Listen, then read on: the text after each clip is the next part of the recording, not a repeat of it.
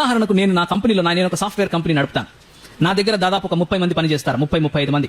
అందులో అందరూ పనులు చేసేవాళ్లే, నేను పని చేసేవాడినే. నేను ఆఫీస్కి వెళ్ళంగానే నాకు సహాయం చేయడం కోసం ఒక మన మామూలుగా ఆఫీస్ అటెండెంట్ అంటాం కదా, అలాంటి వ్యక్తి ఉంటాడు. ఆయన లోపలికి వస్తాడు. ఆయన నా స్నేహితుడు, నాకు చాలా ఏండ్లుగా తెలుసు. నేను కూర్చున్నప్పుడు ఆయన నిలబడుకొని ఉంటాడు. నేను లేచినప్పుడు కూడా ఆయన గౌరవంతో చేతులు కట్టుకుంటాడు. కానీ నేను అంటాను, అవన్నీ అవసరం లేదు బై, మనం అంతా బ్రదర్స్ము, స్నేహితులము అంటాను. మొదటి రోజు తర్వాత ఇంకెప్పుడు ఆయన అలా చేయలేదు. మేము కలిసి ఉంటాం. ఇప్పుడు నేను నా పదవిలో గొప్పవాడినే, కానీ మానవత్వంలో అయితే మానవునిగా ఆయన కంటే గొప్పవాడిని అంటారా? కాదు. కేవలము నాకు ఇచ్చినటువంటి పనిలో, ఆ కంపెనీ అన్నటువంటి ఆ పరిధిలో నాకు ఇచ్చినటువంటి పనిలో నేను గొప్ప స్థాయిలో ఉన్నాను, అంతే.